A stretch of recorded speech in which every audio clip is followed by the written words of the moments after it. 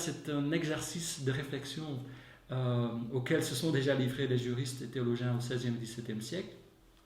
Et je crois que c'est une réflexion qui s'impose encore de nos jours.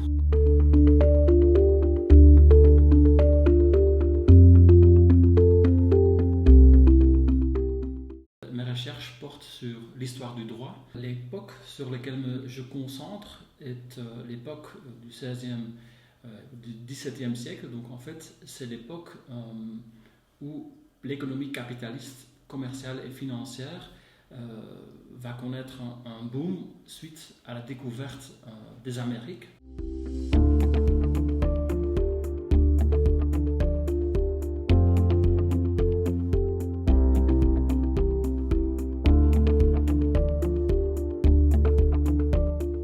Et donc une des questions clés sera de savoir quelles sont les limites en fait de ce pouvoir économique.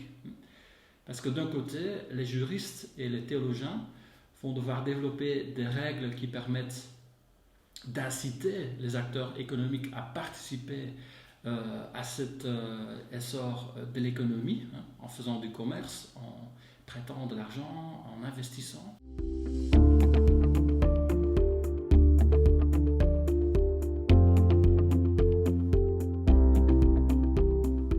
Je crois que ces recherches ont une valeur explicative. Ces recherches ont aussi, je crois, le mérite de jeter une nouvelle lumière sur des grands défis auxquels nous sommes confrontés à l'heure actuelle.